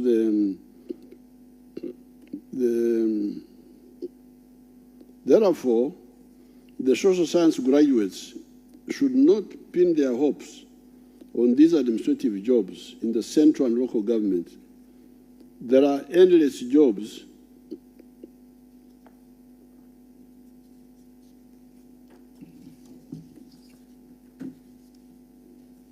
in the private sector. Our social science graduates should aim at going into the private sector in the 4 sectors: commercial agriculture, manufacturing or small scale or artisanship, services or ICT. Our daughters finished education many years ago, and they are all farmers. Our own daughters, they are all farmers. It is only General Mhozi who is in the army on account of patriotism. However, he is also a farmer. The families must instill these concepts among the youth. The families should, because I have been interacting with I don't know whether you have got the picture of when I was showing him the cows when he was young. That was me and Mhozi. Christmas, the first Christmas from the bush, I took him to the cows to show him that you person, your work is here. The cows, the children. Now, thank you. You can now I have been interacting with some young people from around Kampala here, and our political leaders they go on the surface. Apparently, there are some young children, young people who are born to Kampala people, Kampala ghetto dwellers, not civil servants, not working in a factory, but the ones who. There is a young boy whom I met who says, I was born in Katanga. You know Katanga? Katanga is a slum area between Makerere and Muragu. Now, these children, some of them have never seen what production is. You don't know, our people should do social analysis of the ones from the rural areas. I blame them, and the NRM also, they should teach, talk. The Secretariat, the RDCs should talk but also the parents, the families. The families should talk to the young people to know the importance of being part of the wealth creation in the 4 sectors. Either you are a farmer or you are a myoga. This is a myoga was the traditional way. Blacksmith is a myoga. Carpentry was a myoga. A specialization or services. Now, but also the ones in the town here, we need to the NRM people need to look them out and guide them on how to be wealth creators.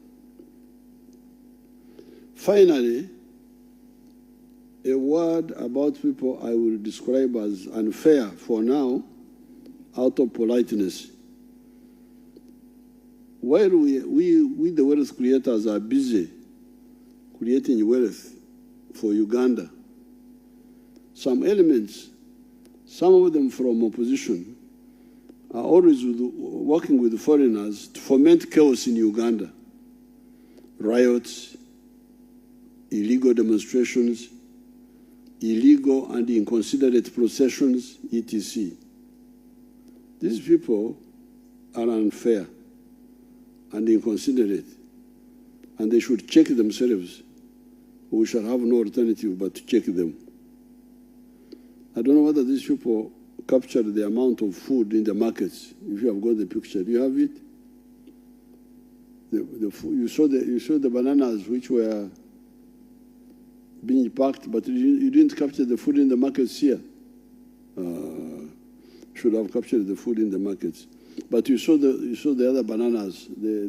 Show us the bananas of Isingiro.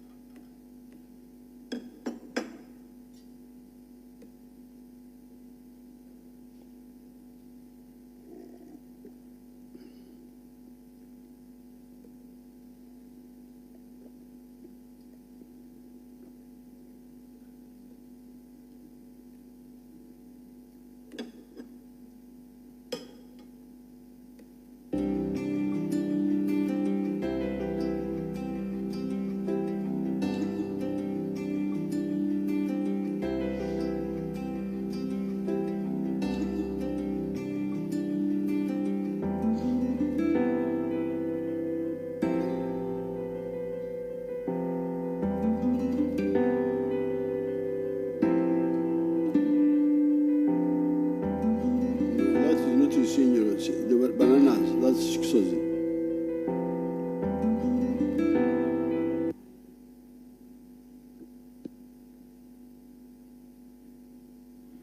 The bananas, the ones where you are showing how the bananas are.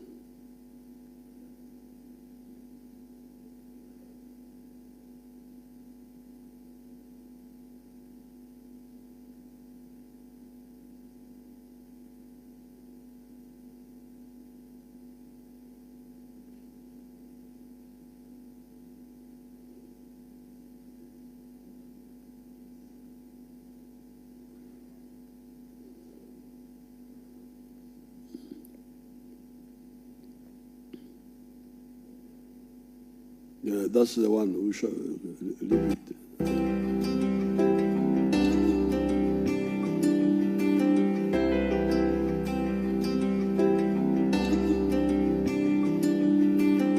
Now you can see the amount of banana. Those are bunches. You freeze that one. Focus it and freeze it. Focus it properly. Bring it in the center of the. Bring the heap in the center of the picture. GJRE, bring it down so that, remove the other the upper, bring it down. Okay, but people can see it now. You can see those are all bunches of bananas. You can see. I had wanted them to show you the bananas in the market when they have arrived here, but you can see those in just one farm. Okay, go back to the broadcast. See the amount of food I had wanted to say in the markets. Who is producing it? Us, we the wealth creators. Who benefits from this huge production? Everybody benefits That's why you hear that the price of bananas now is 3,000 in the village. I don't know how much it is here in the town. How much is it now in the market?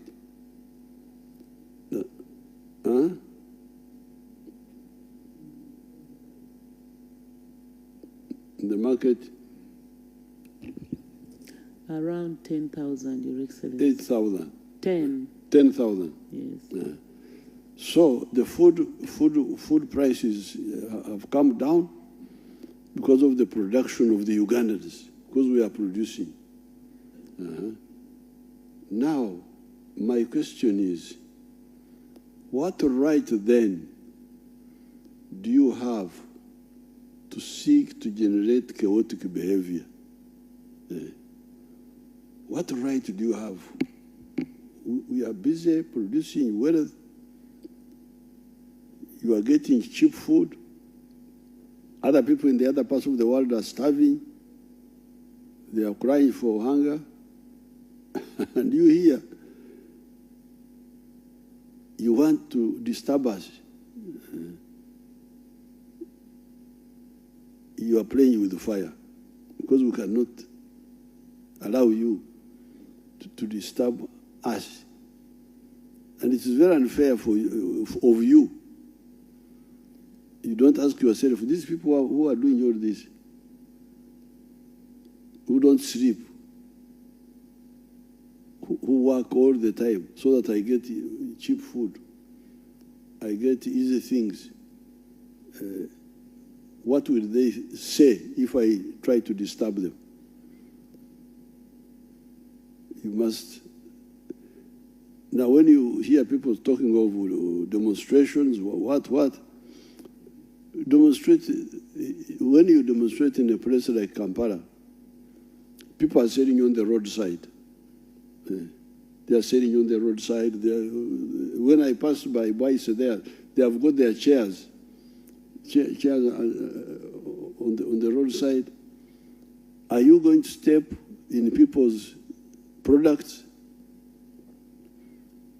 or trample their chairs, their furniture? You are playing. Do not have such ideas in your head. If you have got some good ideas, there was a time when Nakalema some time ago organized us, and on the weekend, on the Sunday when there was nobody on the road, we walked to Kororo, and we were talking about corruption. So if you want, contact Nakalema on a day when there is no Sunday, there's no traffic here in the center. At least we can go to Kororo and talk nicely about whatever we want to talk about, but do not bring. Don't be tempted to bring chaos, step on people's products on the road. I have never been to a court of law except 1956. That was the only time I was in a court of law. At that time, I was about 11 years old. And I was looking after my father's cows. Then I got diverted to play football with other children. Then the cows went into other people's crop, into somebody's garden. By the time I looked, the cows I found them eating a man's millet, eating. Oh, then that's a very serious offense. Mango Banyankore, they call it Okonesa. I don't know whether we have a lawyer here. When you Okonesa, I don't know the sentence. But in this case, my father counseled me that now I was going to the parish court, Ikitehurizi, parish court, so that when you go there, you say, Omushangoni Mwichiriza, I plead guilty. So when I got there, the court was under the tree. It was not even it was under Omtuba in one of the Rusuku, a ficus tree, Omtoma. That's why the parish court was. You man, you boy, do you accept the? You plead guilty to damaging Mr. Kame. This was the garden of Mr. Kame. I said, yes, we chose. I said, no, I don't remember whether Kaguta paid the fine or what. But now, to have a culture like I see in other parts of the world, where they are damaging property, they are here in our culture here, you can't trample in my garden. You can't come and trample in my garden, or your cows cannot. That's how you hear problems in Karamoja, Teso, because the Karamojong bring cows and they trample people's crops. Then there is trouble there.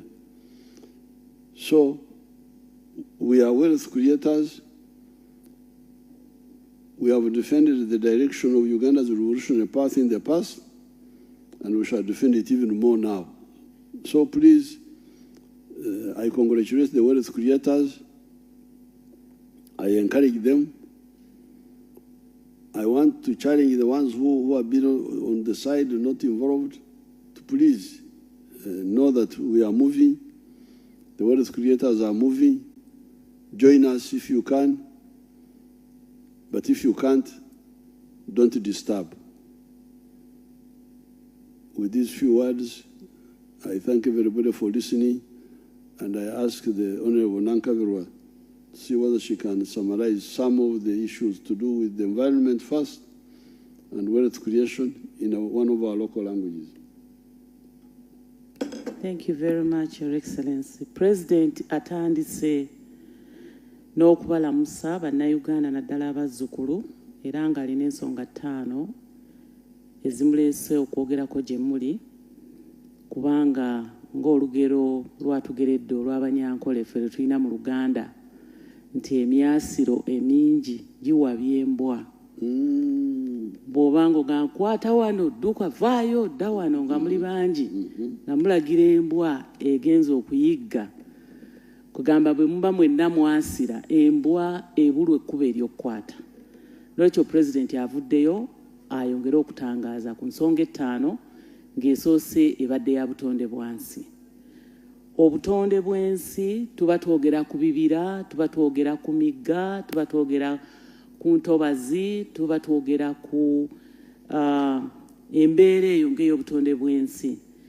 Era Pulezidenti n'atulaga ne maapu kati ezitulaga ebibira byaffe bwe byali mu gya 1985, 86 bwe bajjira mu buyinza, naye ne mabegako ku mirembe gya Idi Amin bwe yateekawo order oba etteeka, abantu ne baba nga bamala gasenga, ebibira ne babigendamu ne bitandika okuggwaawo. Maapu ezo Pulezidenti azitulaze ku screen, naye n'atujjukiza nti mu 1995 gavumenti yateekawo etteeka ery'okutaasa obutonde bw'ensi. N'olwekyo omulimu NEMA gweriko kati okukola nga egoba abantu mu ntobazi esinziira ku eryo etteeka. Waliwo abamu ababadde banenya NEMA nga bagamba nti lwaki aba NEMA baleka abantu ne batuula mu ntobazi. Kakati ekyo Pulezidenti agambye kale oyinza okuba nga oli mutuufu okunenya NEMA, naye ate gwe kennyini eyatuula mu lutobazi ng'omanye etteeka weeriri, gwe lwaki watuula mu lutobazi? Ate nga basinga musenzeewo mu myaka gino. Era atulaze entobazi n'emigga, abali ku mbalama z'emigga tusobodde okulaba wano mu Lubigi, abadde ayagala atulage Eddanze, abadde ayagala atulage Rumansi, nti emabega ddala ku myaka egyo abantu baabeerangayo batono, sinakindi nga n'awamu tebaliiwo. Naye ebiseera bino abantu badde bajjumbidde okwaŋŋanga okugenda okutabanga